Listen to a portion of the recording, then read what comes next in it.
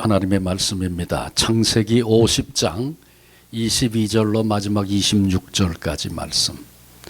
창세기 50장 22절부터 마지막 절까지 말씀입니다. 다 같이 말씀을 함께 맞추어서 합독해서 함께 읽도록 합니다. 요셉이 그의 아버지의 가족과 함께 애굽에 거주하여 110세를 살며 에브라임의 자손 3대를 보았으며 므낫세의 아들 마길의 아들들도 요셉의 스라에서 양육되었더라. 요셉이 그의 형제들에게 이르되 나는 죽을 것이나 하나님이 당신들을 돌보시고 당신들을 이 땅에서 인도하여 내사 아브라함과 이삭과 야곱에게 맹세하신 땅에 이르게 하시리라 하고, 요셉이 또 이스라엘 자손에게 맹세시켜 이르기를 하나님이 반드시 당신들을 돌보시리니 당신들은 여기서 내 해골을 메고 올라가겠다 하라 하였더라. 요셉이 110세의 죽음에 그들이 그의 몸에 향재료를 넣고 애굽에서 입관하였더라. 아멘. 이스라엘 백성이 출애굽해서 광야 생활 40년의 세월을 겪습니다. 이 광야 생활을 통과해서 마침내 약속의 땅 가나안에 들어가게 되죠. 광야 40년의 삶, 광야길, 그것은 인생이 이 땅을 살아가며 인생길에 만나는 극한 상황들을 경험했던 삶의 현장이었습니다. 그래서 고난의 인생을 묘사할 때 광야길 같은 인생이다, 이런 표현을 종종 씁니다. 그런데 이스라엘 민족이 광야길을 통과하여 약속의 땅, 목적지 가나안 땅에 이르기까지 이스라엘 민족 속에는 흔들리지 않는 구심점이 있었습니다. 두 가지를 볼 수 있는데, 한 가지는 언약궤입니다. 우린 기억하죠. 요단강을 건널 때 제사장들이 법궤를 메고 물은 넘실거리는데 먼저 믿음의 발걸음을 디뎠어요.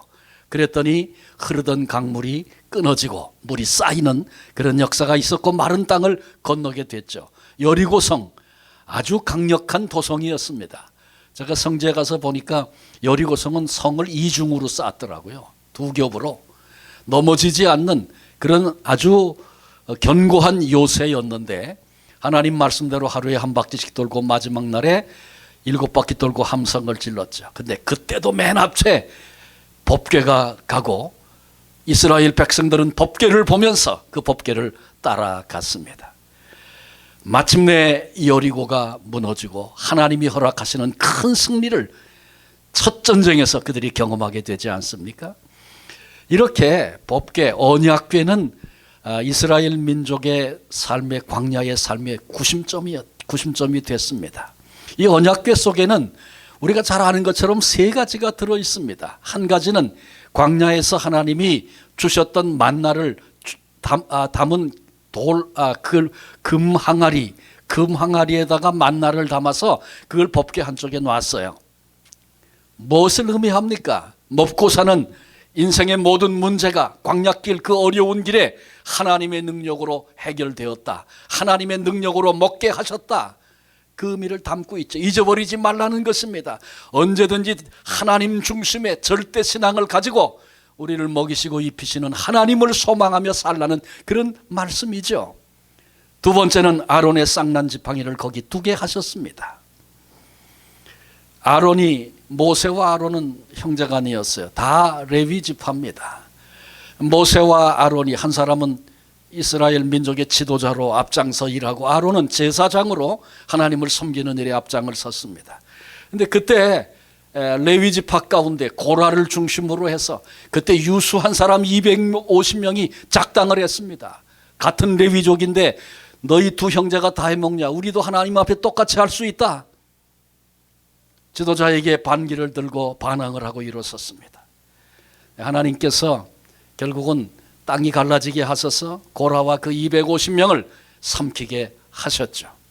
그리고 하나님이 12지파를 모으고 그 지파의 우두머리에 지팡이를 전부 가져와라. 12개의 지팡이가 가져왔고 모세가 하나님의 명령을 따라 그것을 언약궤 안에 두었습니다. 하루가 자고 일어나서 보니까 다른 지팡이는 다 그대로 있는데 레위 지파 우두머리였던 아론의 지팡이에 싹이 났습니다. 그리고 그 싹이 자라서 살구를 맺는, 열매를 맺는 그런 놀라운 기적을 하나님이 보여주셨습니다. 그 일을 통해서 하나님이 영적인 리더를 선택하실 뿐만 아니라 그들을 보호하시고 그리고 동행해 주시고 뽑으신 분이 하나님이시라는 사실을 하나님이 증거로 보여주셨습니다. 그리고 그 아론의 싹난 지팡이를 언약궤 안에 넣게 하심으로 하나님이 행하시고 하나님의 일을 대언하여 일하는 그런 영적 리더에 대한 권위를 하나님이 보장해 주신 것이죠. 마지막 세 번째, 사실은 언약궤의 가장 중요한 부분이죠. 두 개의 돌덩이, 십계명입니다. 두 개의 돌판. 하나님과 사람을 어떻게 사랑하며 어떻게 섬길 것인가, 하나님의 백성들에게 주시는 강령과도 같은 그런 계명입니다. 두 개의 돌판에 넣어서 항상 하나님의 말씀을 기준해서 사람과 하나님을 사랑하고 섬기는 그런 역할을 감당해라. 이것이 이 백성이 살아야 할 방식이다. 하나님이 그것을 보이셨습니다. 그래서 언약궤가 항상 중심에 있었습니다. 잘 기억 못하지만 또 한 가지가 이스라엘 백성에게 구심점이 됩니다. 그것이 바로 오늘 나누려고 하는 요셉의 해골에 대한 이야기입니다. 그래요, 이스라엘 백성이 출애굽해서부터 이스라엘 민족과 늘 동행을 했습니다. 그러면서 그 광야의 삶에 산 교훈을 주었던 또 하나가 있었는데 그게 바로 요셉의 해골이라는 것입니다. 야곱의 12아들을 우린 다 기억하시죠. 형제들이 야곱이 그렇게 사랑하던 편애하던 요셉을 미워했습니다. 시기했습니다. 그래서 요셉을 팔아먹었죠. 세월이 많이 흘렀어요. 양식이 없어 이스라엘에서 애굽 땅까지 왔다 갔다 하면서 1년에 많은 사건들이 있었습니다. 그리고 마침내 애굽의 총리였던 요셉을 만나게 되고 그가 요셉이었다는 사실을 확인하면서 형제간에 그동안에 쌓였던 그런 많은 문제들이 해결되고 그리고 마침내 요셉이 애굽의 수레를 가나안 땅에 보내서 아버지 야곱을 모시고 오도록 그렇게 하지 않습니까? 요즘 말로 하면 초청장을 보내서 초청 이민을 야곱의 가족이 70명이 일어나서 애굽으로 이민을 가게 됩니다. 430년 동안 그 땅에서 살았습니다. 그들은 영광도 경험했습니다. 요셉을 통하여 보장된 그런 은혜들을 맛보고 하나님께 영광을 돌렸습니다. 그런가 하면 요셉을 모르는 왕이 일어나서 애굽을 치리하면서 점점 강성해져가는 요셉의 후손들, 야곱의 후손들, 이스라엘 민족을 경계하기 시작했고 마지막에는 아들을 낳으면 죽여야 하는 그런 비극적인 일까지 있었습니다. 그래서 고통과 치욕의 역사를 남기기도 했습니다. 그러나 마침내 하나님이 약속하신 대로 하나님의 경륜 가운데 이스라엘 백성이 애굽 땅을 떠나게 되죠. 그때 무려 60만의 큰 민족이 되어져서 애굽 땅을 떠나는 모습을 성경이 증언해 주고 있습니다. 오늘 읽었던 본문의 말씀은 요셉이 110세로 죽습니다. 세상을 떠날 때, 죽을 때 남겼던 유언입니다. 동족들에게, 형제들에게 반드시 우리 민족이 떠날 때가 올 것이다. 하나님이 반드시 우리 민족을 이끌어서 가나안 땅, 약속의 그 땅으로 부르실 그날이 올 것이다. 그런데 그때 잊지 말고 기억하고 있다가 내 해골을 가지고 가라, 이런 유언을 남깁니다. 그런데 실제로 모세가 출애굽할 때 요셉의 이 본문의 유언을 기억하고 실천하는 이야기가 나옵니다. 출애굽기 13장 18절로 19절을 제가 읽습니다. 그러므로 하나님이 홍해의 광야길로 돌려 백성을 인도하심에 이스라엘 자손이 애굽 땅에서 대열을 지어 나올 때에, 이 출애굽할 때의 그 얘기입니다. 모세가 요셉의 유고를 가졌으니 이는 요셉이 이스라엘 자손으로 단단히 맹세하게 하여 이르기를 하나님이 반드시 반드시 너희를 찾아오시리니 너희는 내 유고를 여기서 가지고 나가라 하였습니다라. 출애굽하는 그 상황 아주 급박한 상황이죠. 바로가 생각을 여러 번 바꾸고 이리저리 했기 때문에 또 마음이 변하기 전에 빨리 나가야 되는 게 사실입니다. 그리고 이스라엘 백성이 자기의 살림을 정리하고 그것들을 다 가지고 떠나는 거 단순한 일이 아니었습니다. 아주 상황이 급박하게 돌아가고 있는데 그 분주한 때 모세는 요셉의 유언을 기억하고 요셉의 유고를 가지고 그리고 출발하는 이야기가 성경에 그대로 기록되어 있어요. 그리고 여호수아 24장 32절 제가 또 읽습니다. 또 이스라엘 자손이 애굽에서 가져온 요셉의 뼈를 세겜에 장사하였으니 이곳은 야곱이 백크스다를 주고 세겜의 아버지 하몰의 자손들에게서 산 밭이라. 그것이 요셉 자손의 기업이 되었더라. 지금 무슨 얘기를 지금 하고 있냐 하면 여호수아가 이스라엘 백성을 이끌고 가나안 땅에 들어갈 때 리더가 되지 않습니까? 그래서 전쟁을 해가지고 그 가나안 땅을 점령합니다. 거기서 사명이 끝난 것이 아니었습니다. 그 다음에는 각 지파에게 그 땅을 분배하는 일들을 또 했죠. 이렇게 여호수아에게 주어진 사명을 다 마치고 여호수아가 하나님의 부르심을 받을 때 이스라엘 민족에게 남겨두고 가는 후손들에게 결단하도록 도전을 합니다. 여호와가 하나님이시면 여호와를 섬기고 이 땅의 여러 신들, 당신들이 광야부터 여기까지 오면서 배우고 보고 눈으로 봤던 그 수많은 신들, 그런 것이 하나님이라고 생각하면 너희는 그들을 따라라.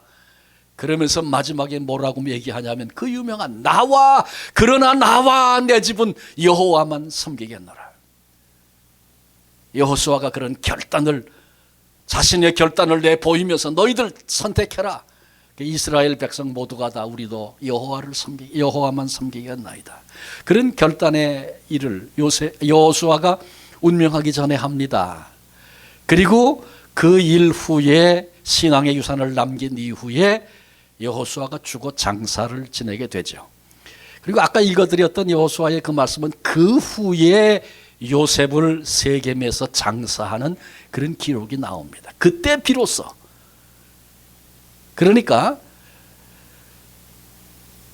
요셉의 해골은 출애굽해서부터 광야의 그 나그네 인생길 같은 그 수많은 여정들, 고통과 괴로움의 시간들을 통과할 때 여전히 이스라엘 백성 중심에 있었고, 가나안 땅에 들어가서 그 땅을 차지하고 전쟁을 하고 지역의 분배를 지파마다 나눠주고 이런 또 다른 맡겨주신 사명을 감당하는 그 마지막 순간까지 다 통과하고 나서 비로소 요셉의 해골을 장사 지냈다. 그 얘기를 여호수아서 끝부분에 가서 하고 있는 겁니다. 자, 오늘 이 아침 요셉의 해골이 주는 교훈 우리가 함께 살펴보려고 합니다. 왜 하나님께서 언약궤와 함께 요셉의 유언을 통하여 자기 해골을 가지고 그 모든 여정을 함께 하도록 했을까? 의미가 있다는 것이죠. 첫째로 우리가 생각하려는 것은 하나님의 언약은, 하나님의 약속은 반드시 지켜진다. 이 요셉의 해골이 주는 교훈입니다. 하나님은 말씀하시면, 언약하시면, 약속하시면 반드시 실현하신다라고 하는 것입니다. 요셉을 꿈의 사람, 꿈쟁이 그렇게 부릅니다. 그의 꿈은 애굽의 총리가 되는 게 그게 그의 꿈이 아니었습니다. 어렸을 때 꾼 꿈을 그것을 상징한다, 그럴 수도 있죠. 그런데 거기서 끝나는 꿈이 아니었다, 그 얘기죠. 민족이 애굽 땅에서 부강하여 큰 민족을 이루는 것, 그것이 요셉의 꿈이 아니었습니다. 요셉의 꿈은 가시적이고 물질적이고 육신적인 거 아니었습니다. 현재적인 거 아니었습니다. 오히려 미래적인 것이고 정신적인 것이고 영적인 것이고 영원에 대한 꿈이었습니다. 왜 그런지 아십니까? 만약에 요셉의 꿈이 현실적이고 눈에 보이는 거고 애굽의 총리가 되는 게 그의 꿈이었다면 애굽의 총리가 되고 나서 꿈은 다 끝났습니다. 이스라엘 백성이 애굽 땅에서 강성해지고 나서 그의 꿈은 다 끝났습니다.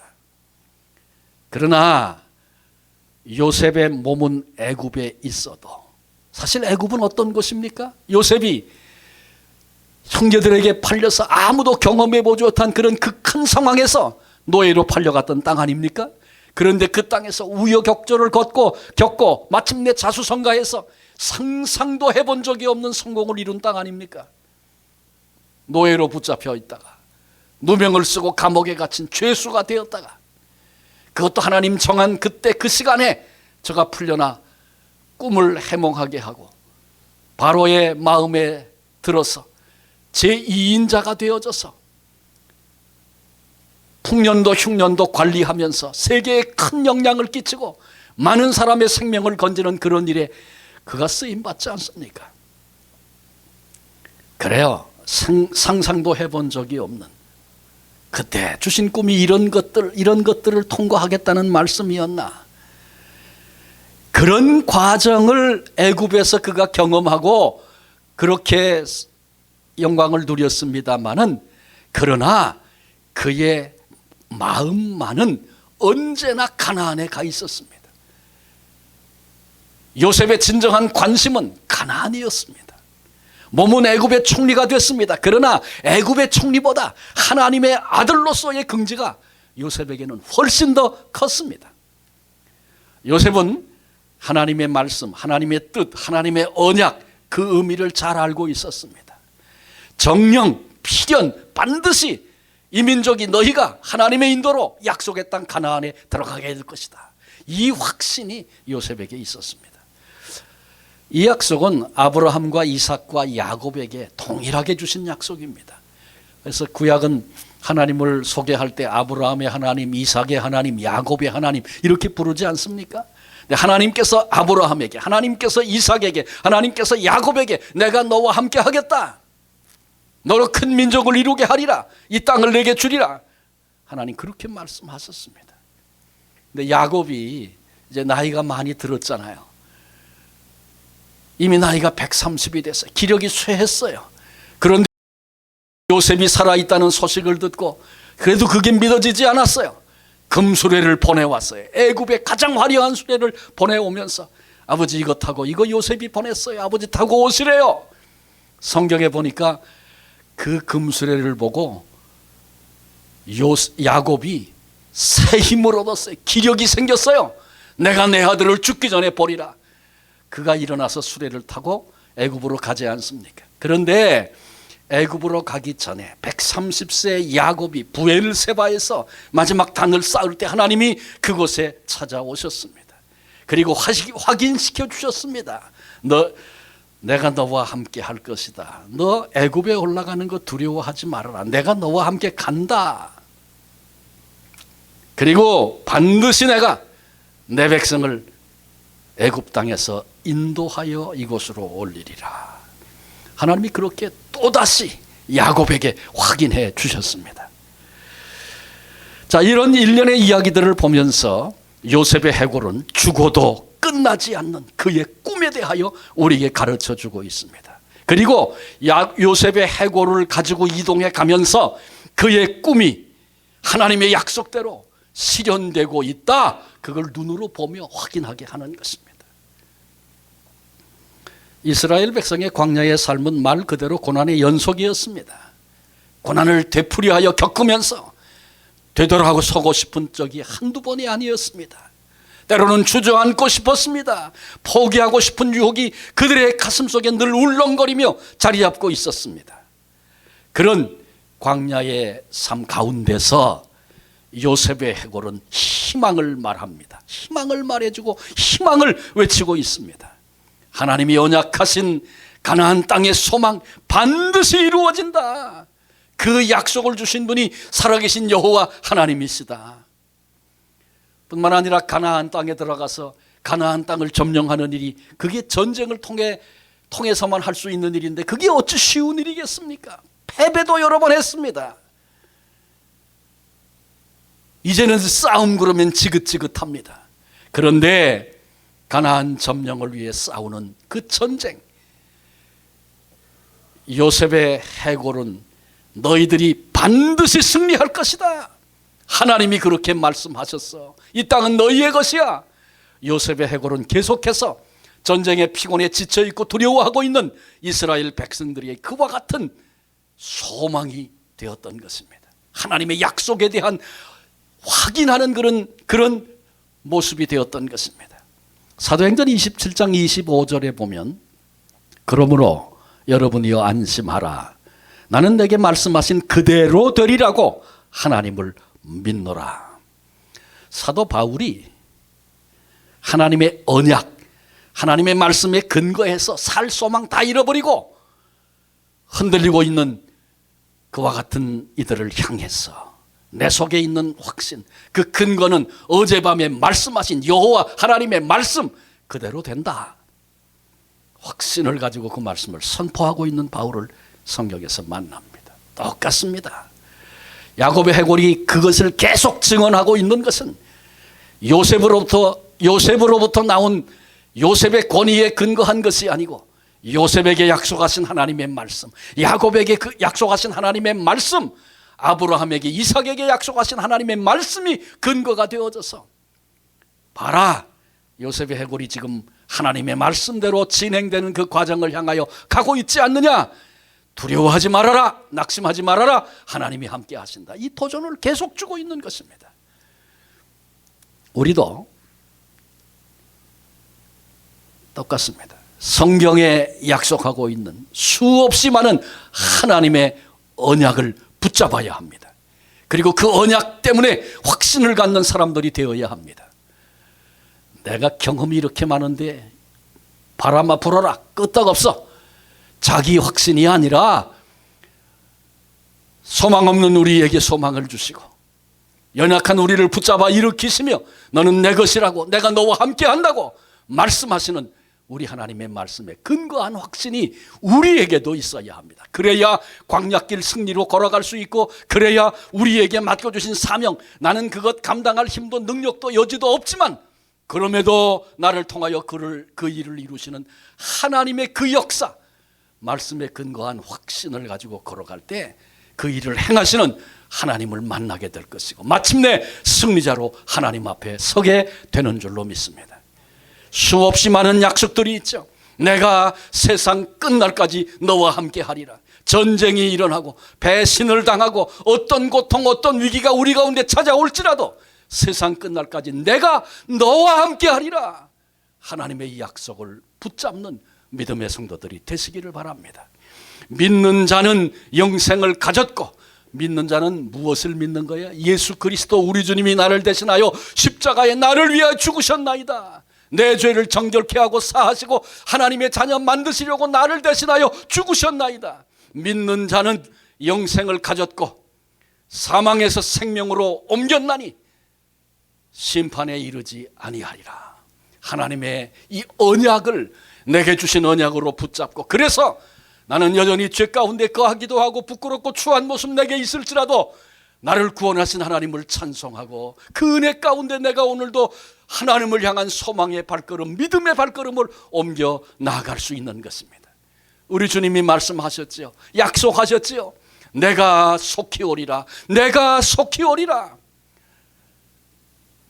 다시 우리를 만나러 오신다는 주님의 그 언약을 가슴으로 받고 가슴 설레는 그 만남이 우리 앞에 있기 때문에 이런저런 세상의 유혹도, 오늘 내가 즐거움에 빠질 수 있는 여러 가지 요소들도, 그리고 내가 감당할 수 없는 무능함도 내 속에 여전히 있다 할지라도 날 만나러 오시는 주님, 나를 위해 생명 주신 우리 주님께서 나를 만나러 다시 오신다고 말씀했으니 오시는 주님 오시는 그날에 두려워 벌벌 떨고 도망가는 자가 아니라 기다리고 기다리다가 온몸에 상처투성이고 부족하고 부끄러운 것뿐이지만 오실 주님을 그렇게 사모하고 기다리다가 오 주님 내가 여기 있나이다. 주님을 향하여 손들고 찬송하며 나아가 주님을 맞이할 수 있는 그 언약을 붙잡은 자들에게 주시는 놀라운 은총, 은혜인 줄로 믿습니다.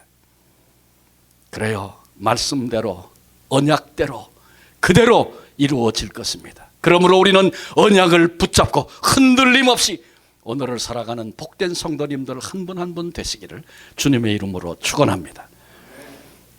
두 번째로 요셉의 해골은 화목과 사랑의 정신의 교훈입니다. 아는 것처럼, 우리가 다 아는 것처럼 요셉은 형제들의 시기를 받아서 마침내 애굽의 노예로 팔렸습니다. 요셉을 팔아먹고 형제들이 야곱에게 거짓 보고를 합니다. 짐승의 피를 발라 벗긴 동생의 색동 옷에다가 피를 발라서 아버지께 보이면서 잘 보세요. 이게 당신 아들의 것이 맞습니까? 뻔뻔하게 거짓말을 하죠. 아무래도 요셉이 짐승에 물려 죽은 것 같습니다. 사실 이 일은 요셉 하나 없애면 끝이 날 것이라고 여겼던 이 일은 오히려 야곱 가문에 큰 고통을 가져왔습니다. 아버지 야곱, 나이 많아서 사랑하던 아들을 잃었습니다. 짐승에 물려 죽었다, 그렇게 확신했습니다. 그 이후에 그의 삶은 불행한 세월의 연속이었습니다. 문득 요셉이 떠오르고 기억나면 가슴이 무너집니다.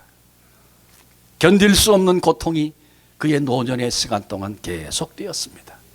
요셉은 야곱은 꾀쟁이고 남 속이는 거 잘했던 사람이죠. 그런데 아들들에게 깜짝같이 속아서 사랑하는 아들이 죽은 줄로만 알고 노년의 그 고통스러운 세월을 보냈습니다. 형제들은 어땠습니까? 죄책감에 시달렸습니다. 아비가 괴로워하는, 고민하는 모습을 눈으로 지켜보면서 우리가 못할 짓을 했구나, 일신상의 괴로움과 문제가 찾아오면 이게 우리가 죄져서 동생 팔아먹어서 그래서 된 일이지, 이런 죄의식, 죄값을 치른다는 생각 때문에 견뎌하지를 못했습니다. 그런 고통이 그들에게 있었습니다. 요셉 자신은 어떠했습니까? 요셉의 고통 말할 필요도 없겠죠. 하루아침에 아버지의 품을 떠나 전혀 상관없는, 경험해 본 적이 없는 땅에 팔려가 그렇게 삽니다. 여러분, 인간은 누구나 다 고통이 크면 클수록, 요셉의 경우라면 고통이 클수록 형제가 이럴 수가 있나, 형들을 향한 원망, 미움, 증오, 당연한 거 아니겠습니까? 그런데 놀라운 사실 한 가지 있습니다. 요셉은요, 고통이 크면 클수록, 외로움이 크면 클수록 증오나 미움이나 원망을, 그걸 키우면서 그렇게 살지 않고 악을 선으로 갚으시는 하나님의 주권, 형제들은 악을 행했지만 그것을 선으로 이루시는 하나님의 절대 주권에 대한 신뢰를 가지고 형제들을 미워하고 증오하고 그런 것을 누르고 그런 것을 내려놓고 오히려 하나님을 바라보는 사람, 그가 요셉이었죠. 마침내 그가 애굽의 총리가 됩니다. 영화 같은 일이 벌어졌습니다. 옛날 어렸을 때 꿨던 꿈대로 형제들이 자기 앞에 와서 엎드렸습니다. 야곱의 그 감정적인 변화를 성경은 여러 가지로 설명하고 있어요. 그런데 사실 그때 요셉의 그 감정의 변화를 성경이 여러 가지로 얘기하고 있는데, 요셉의 얘기는 그냥 내려놓고라도 지금 양식 구하러 와서 꿇어 엎드렸는데 이 양식 못 구해가면 내 자식들이 그리고 내 아비가 죽게 될 텐데, 그런데 저기 앉아서 그것을 판결하고 결정하는 이가 자기들이 팔아먹은 요셉이었다, 이 사실을 알고 나서, 이것을 확인하고 나서 그 요셉의 형제들의 마음속에 얼마나 두려움이 밀려왔겠습니까? 그 모습을 보면서 요셉이 눈물을 흘리죠. 그리고 말합니다. 근심하지 마소서, 한탄하지 마소서. 형제들이 날 판 것이 아니라 하나님이 필요해서 나를 이곳에 보내신 것입니다.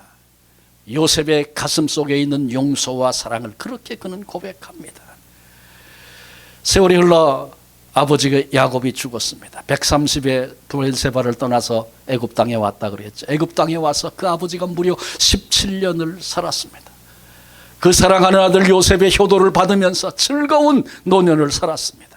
그리고 이제 147세가 되어 하나님의 부르심을 받습니다.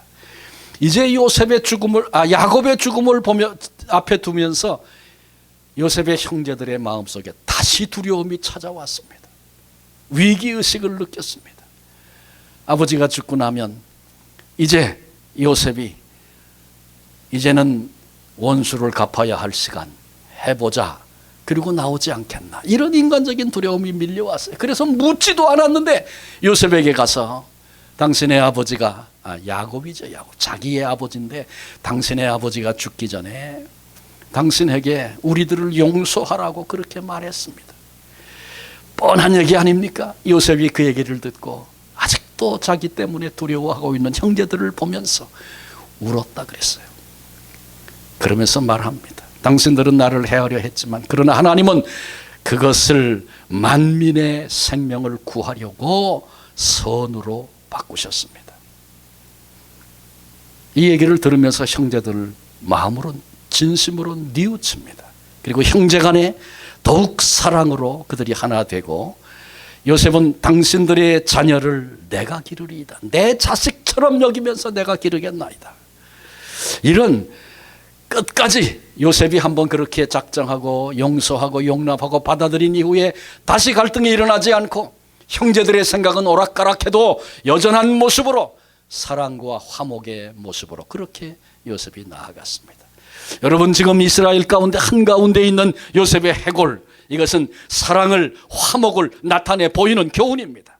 나그네 여정 광야길에 이스라엘 민족이 반드시 너희들이 알아야 한다, 기회만 오면 오해하고 미워하고 무시하고 멸시하는 그런 방식으로 인생을 살지 말고, 어려워도 힘들어도 용납할 수 없는 문제라 여겨져도 사랑하고 화목하는 방식으로 살아야 한다. 요셉의 해골이 보여주고 있는 교훈입니다. 저와 여러분, 우리도 지금 나그네 인생길을 걷고 있습니다. 요셉의 해골 생각해야 합니다. 사랑하고 화목하고 용서하라. 이스라엘 백성 한가운데에서 광야 여정 40년 동안 그렇게 외치던 그 음성을 우리도 들을 수 있어야 합니다. 더군다나 우리는 예수 그리스도의 십자가를 아는 복된 사람들 아닙니까? 예수 그리스도의 십자가가 무엇을 우리에게 증언해 주고 있습니까? 용서받을 수 없는 죄인, 사망에 이를 수밖에 없는 죄의 짐을 지고 있었던 그 나를 위해서 십자가에 대신 피 흘려 죽으시고 대신 저주를 받으시고, 너희는 형제가 되고 너희는 하나님의 아들 하나님의 딸이 돼서 하나님 아버지의 그 은총의 날개 아래 거하면서 그렇게 살라고 당신의 생명을 우리를 위해 쏟아 부어주신 주님의 십자가의 사랑을 아는 사람들 아닙니까? 남은 인생길에 결코 잊지 말고, 마치 이스라엘 백성이 광야 한가운데서 가나안 땅을 점령하는 사명을 감당하던 중에 요셉의 해골을 보며 계속해서 도전과 교훈을 받았던 것처럼, 우리 남은 인생을 살아가면서 주님의 십자가를 볼 때마다 용서하시고 사랑하시고 화목하라고 말씀하시는 주님의 그 음성을 가슴으로 받았어. 다른 사람을 무시하고 기회만 되면 오해하고 기회만 되면 무시하고 미워하고 멸시하고 그런 방식으로 인생을 사는 것이 아니라, 내 힘으로는 되지 않아도 그리스도의 십자가를 바라보며 사랑의 방식으로 화목의 방식으로 살아야 한다고 말씀하시는 주님의 음성을 듣는 우리 모두가 되시기를 바랍니다. 마지막 세 번째로 요셉의 해골은 인생이 무엇인가를 말하고 있습니다. 한마디로 얘기하면 인생은 반드시 해골로 간다, 해골이 된다, 그 말이죠. 부모의 총애도, 형제의 시기도, 고독도, 오해도, 고통도, 쓰라림도, 더 나아가서 애굽 총리의 영화도 결국은 다 지나간다. 그래서 마침내 해골로 바뀐다. 이것이 요셉의 해골이 주는 교훈입니다. 유대 경전 주석지인 미드라시, 거기에 근거가 됐다 그런 말도 있고, 페르시아 지방의 우화로 전해지기도 하고, 하여간 이렇게 소개되는 얘기가 있어요. 그 일화는 이런 겁니다. 이스라엘의 왕이 어떤 다윗이 반지, 이건 성경에 나오는 것이 아니기 때문에 그런 것들을 통해서 전해지고 있다, 그렇게 소개를 드린 거죠. 이스라엘 왕이 반지 만드는 세공사를 불러서 나를 위해서 아름다운 반지를 하나 만들어라. 큰 전쟁에서 이겨서 환호할 때 교만하지 않게 하며, 큰 절망에 빠져 낙심될 때 좌절하지 않고 용기와 희망을 얻을 수 있는 글귀를 거기에 기록해 넣어라. 이렇게 요청했다는 것입니다. 이 세공사가 온 마음을 다해서 아름다운 반지를 만들었습니다. 그러나 어떤 글귀를 넣어야 하는지 몇 날 며칠 고민을 해도 답을 얻을 수가 없습니다. 그래서 그 당시 현명하기로 소문난 왕자 솔로몬에게 간곡히 도움을 요청했다 그러죠. 그때 솔로몬 왕자가 알려준 글귀가 이것 또한 지나가리라. 그래서 그 글귀를 반지에 써서 왕으로 하여금 언제든지 인생의 문제에 바람이 불 때마다 그 반지를 보면서 이것 또한 지나가리라. 왕이 그 반지를 받고 흡족해서 큰 상을 내렸다고 합니다. 기쁜 상황도 지나가니 교만하지 말아라. 기뻐 펄펄 뛰며 세상 다 얻은 것처럼 그러다가 주저앉는 인생이 얼마나 많습니까? 그때 이거 지나가는 거야, 교만하면 안 돼, 이 음성을 들어야 한다는 거죠. 슬픈 상황, 고통스러운 상황, 억울한 상황, 이것도 다 지나가니 낙심하지 말아라. 지금 뭐 죽을 것만 같아. 너무 화가 나고 분노가 치밀고 억울하고 서글퍼서. 그런데 이 또한 지나가니 항상 의연한 태도를 가져라, 그 말이죠. 이 얘기가 유명해진 것은 우리에게까지 지금도 이런 얘기들, 이 또한 지나가리라 이렇게 아주 쉽게 하는 이 얘기가 유명해진 것은 미국의 16대 대통령이었던 아브라함 링컨이 1859년 이 얘기를 했어요. 그때 동방의 한 왕이 현자에게 명언을 주문한 이야기로 이 이야기를 소개했습니다. 그래서 이 또한 지나가리라. 이 짧은 글귀지만 어느 시대든 인생들을 향하여 보다도 겸손하게, 보다도 인내하며 오늘을 살아가도록 하는 그런 지혜의 글이 됐습니다. 젊음도, 육체의 자랑도, 돈도, 집도, 보물도 다 지나갑니다. 요셉의 해골이 보여주고 있는 교훈입니다. 고난도 끝이 나고 쾌락도, 성공도, 부귀도 다 끝이 나 나와 아무런 상관이 없는 그때가 내 앞에 반드시 온다.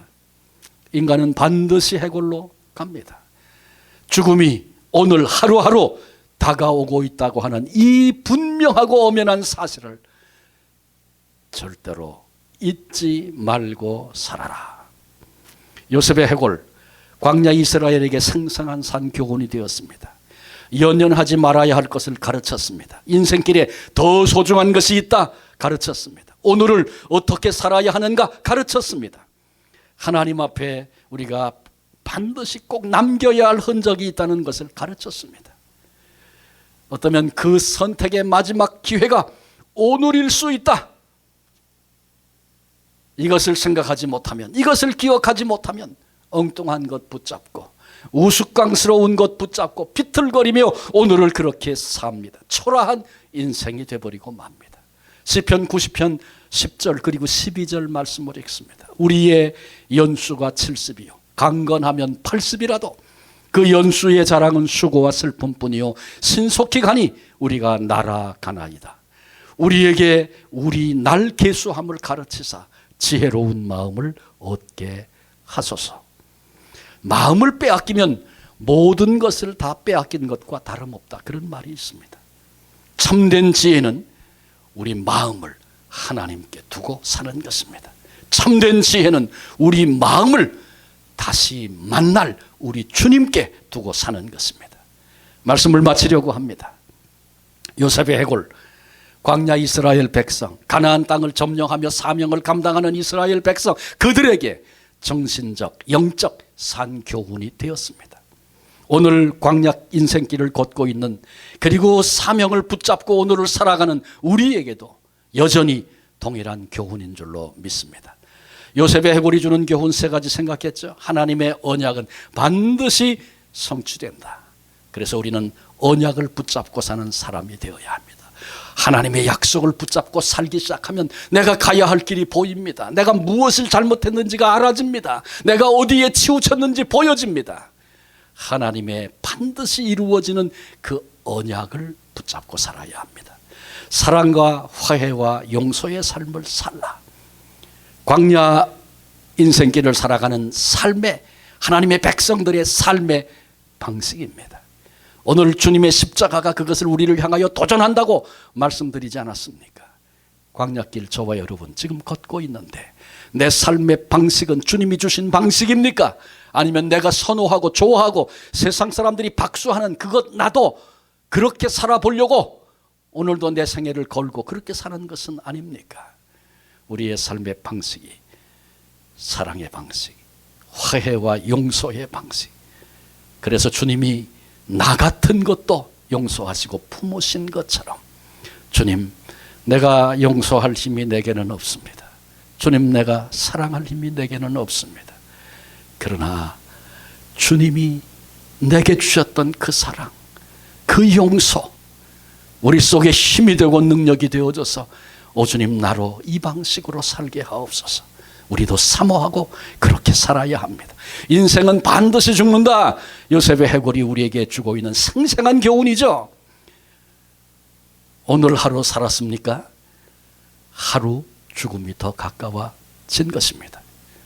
어떠면 하나님 앞에 하나님이 그토록 원하시는 나를 이 땅에 오늘까지 불러가지 않고 그냥 두신 너희 흔적 반드시 남겨라.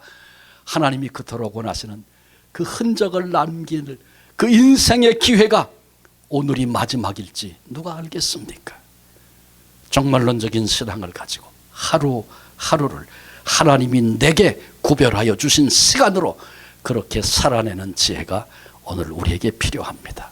우리도 나그네 인생길을 살면서 요셉의 해골을 통하여 산 교훈 붙잡고 오늘을 지혜롭게 살아가는 복된 성도님들 한 분 한 분 되시기를 주님의 이름으로 축원합니다. 기도하시겠습니다. 주님, 감사합니다. 하나님 앞에 오늘 온 마음을 들여 예배하면서 광야 40년 동안 그리고 가나안에 이르러서 사명을 온전히 감당하기까지 이스라엘 민족의 구심점이 되어졌던 요셉의 해골을 생각했습니다. 그 시대에 그렇게 교훈을 주셨던 하나님, 오늘 우리에게도 동일한 교훈으로 도전하시는 줄로 믿습니다. 우리의 귀가 열리고 우리의 눈이 열리고 우리의 가슴이 열려서 세상 사람들과 똑같은 방식으로 그렇게 인생을 살아가면서 때로는 후회하고 때로는 즐거워하고 올라갔다 내려갔다 그런 흔들리는 모습으로 인생을 살아가는 것이 아니라 오늘 주께서 우리에게 요구하시는 삶의 방식 기억하고 붙잡고 묵묵히 한 걸음씩 사람들이 알아주지 아니해도 오늘 여기서 주님을 바라보며 그 길을 걸어갈 수 있는 인생의 비밀을 아는 하나님의 사람들이 되게 하여 주옵소서. 말씀하시고 반드시 그 일을 이루시는 하나님 감사합니다. 그래서 하나님의 언약이 우리에게 능력이 되는 줄로 믿습니다. 남은 생에 언약을 붙잡고 살게 하옵소서. 사랑과 화해와 용서를 삶의 인생길 삶의 방식이라고 말씀하시며 십자가로 그 증거를 나타내신 주님, 우리 안에도 이 은혜가 넘쳐나게 하시옵소서. 그래서 내 형제와 내 이웃을 세상과 계산의 방식으로 바라보는 것이 아니라 십자가의 방식으로 요셉의 해골의 그 사랑과 화해의 방식으로 살아낼 수 있도록 새 힘을 허락해 주옵소서. 우리 인생 반드시 하나님께로 돌아간다.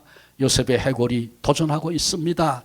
하루 산 것이 하루도 주님을 만날 날이 가까워진 것이고 죽음이 하루도 다가온 것이라는 분명한 사실 앞에서 의식 없이 살아가는 자들이 아니라 오늘 하루를 하나님 앞에 의미 있고 복되게 살아내는 생명을 계수하는 내 남은 날을 계수하는 지혜 있는 하나님의 백성들을 다 되게 해 주옵소서. 우리의 남은 생 모든 것 주의 손에 의탁합니다. 이 길을 걸어가게 하시고 승리케 하실 주님을 찬송합니다. 감사하옵고 귀하신 예수님의 이름으로 기도합니다. 아멘.